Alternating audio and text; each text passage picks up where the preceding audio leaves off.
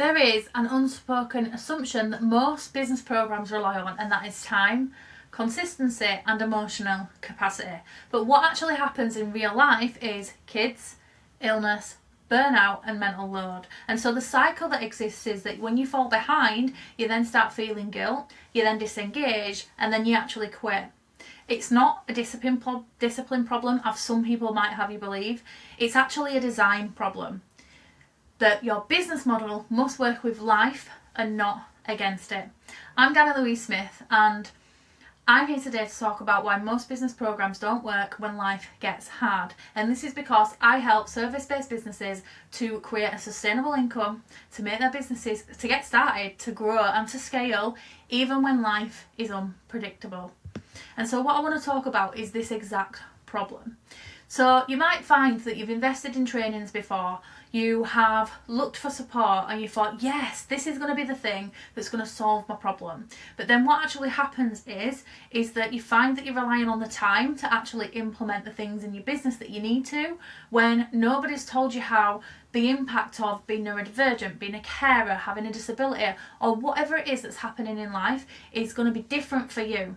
And I want to actually call that out now, and I actually want to shine a light on it, because my previous experience was that I was told by another coach that it doesn't make it harder, until one day a very, very different marketing coach and expert actually spoke out to say, yes, it does make this different for you, because the reality is you do not have the same time every single day as other people that are running businesses. And when you recognise this, it can allow you to be able to approach building and starting a business very, very differently.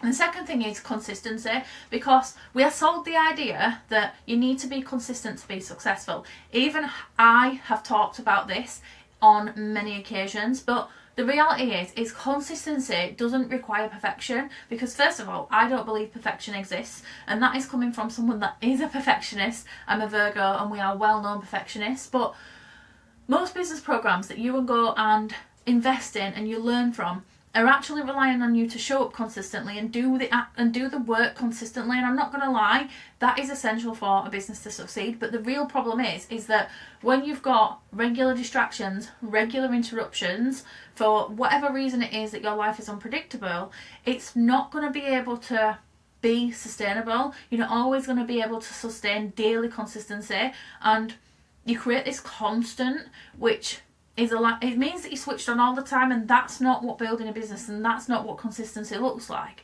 So instead you have to actually dig into what consistency has to look like for you with the situation that you're in.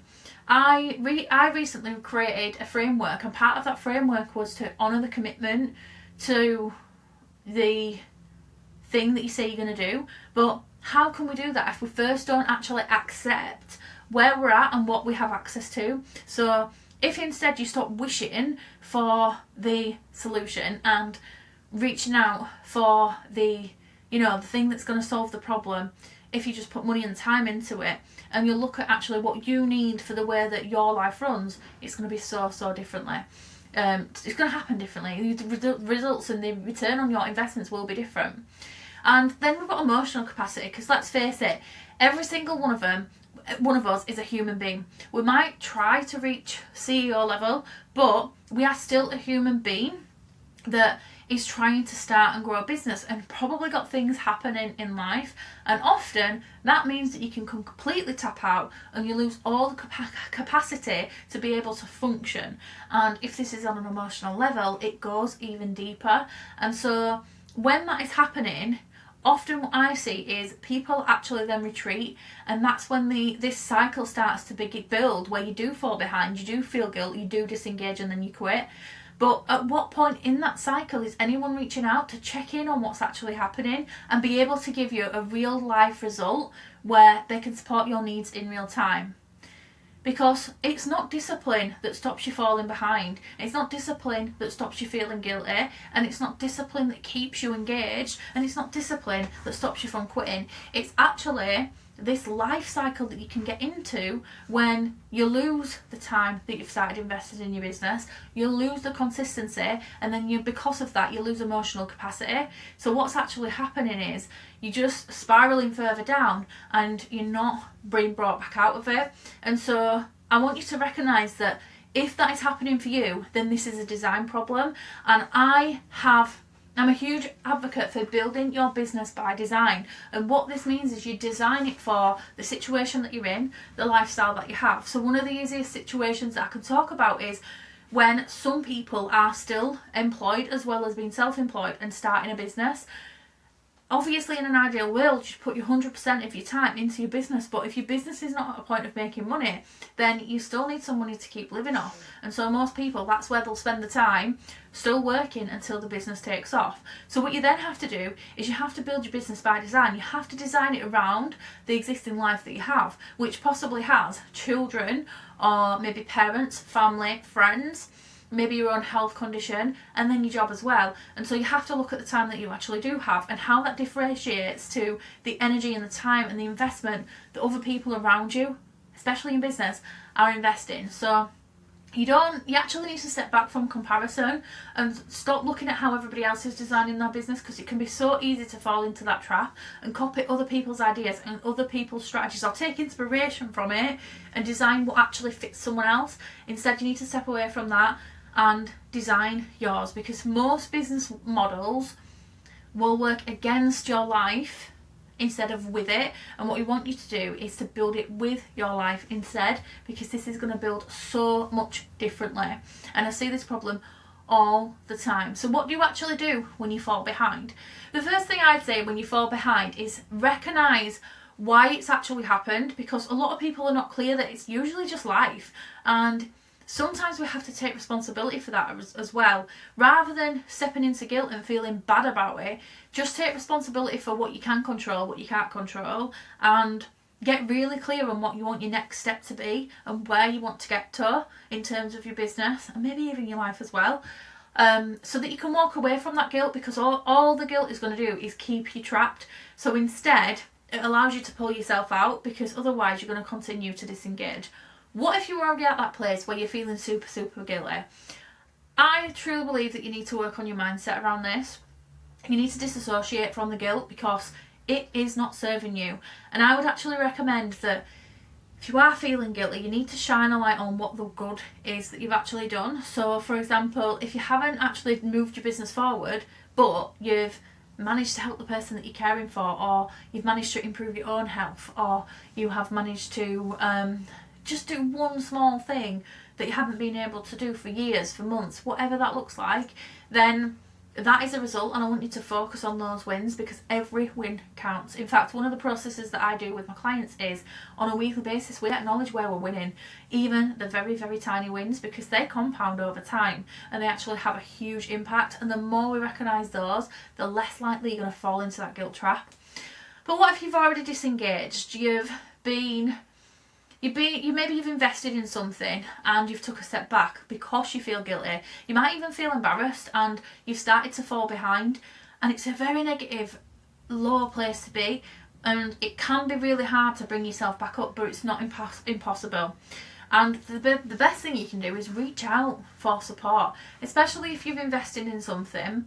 You've got to advocate for yourself and just say, look, I've disengaged, take full responsibility for it, this is how I'm feeling, and ask for what you need to get you out of that as well.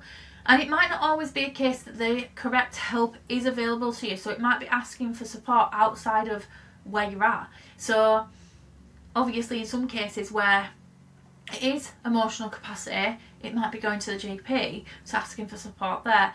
Maybe in some cases where you're struggling because of time and actually you've disengaged because you just can't put together the time in order to implement the things you want to do in your business. It's about asking for help with that. Who can you ask for help to give you some time back? Whether that's childcare support, whether that's taking some of the tasks off your plate that you need to do, and then it allows you to implement the actions that you can then start to build with consistency. And then, like, what if you're at the quitting part of the cycle? What if you feel like you're ready to throw the towel in? This comes up for every single business owner. even the successful ones, like I hear it all the time, and it's really interesting to see how no matter what level of business you're at, no matter how successful you are, a lot of business owners and serial entrepreneurs and CEOs always get to this point where they have fallen so behind, feeling guilty, feeling ashamed, feeling disengaged, that they actually just want to quit. But then they manage to interrupt the pattern and get themselves out of the cycle. So that is what's really important, is to interrupt that pattern. Don't give in and quit. It might even just need to be a pivot, but just don't walk away. Remember that there is support out there, and that you are not the problem. The discipline is not always the problem. It's just probably a design problem, and it's the way that you've been taught to do business, and you need your business model to work with your life and not against it, so that there is hope that you can get out of this. Inside the Boss Academy, we build businesses that still move forward even when life isn't playing nicely. So if you are done trying to keep up with strategies that don't fit your reality, then this is where you start. Get in touch with me, click the links in the description, show notes, whatever you want to call that section, and subscribe for more future content. It's going to be free for you to access and talk about these important points that I really want to highlight, so that you can move forward with your business to start it, grow it, scale it wherever you're at, because there is help out there and it is accessible. And I want to talk about the things that are unspoken. Let go of those unspoken assumptions. You don't have to rely on time, consistency and emotional capacity by yourself. There is support out there, and this is why I'm passionate about creating an all-round container that offers it all for you. So come and check us out inside the Boss Academy. I'm Dani Louise Smith, and I'm helping business owners who are in the service-based industry with an unpredictable lifestyle to be able to create that sustainability that they deserve, to bring in the money, clients and consistency in their income that they desire.